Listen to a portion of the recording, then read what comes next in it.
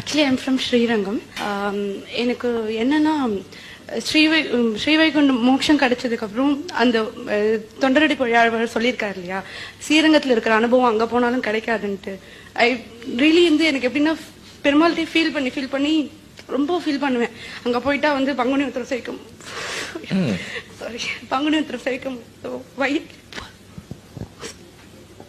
வையாலி பார்க்க முடியாதோ அப்படின்லாம் ஃபீல் பண்ணுவேன்.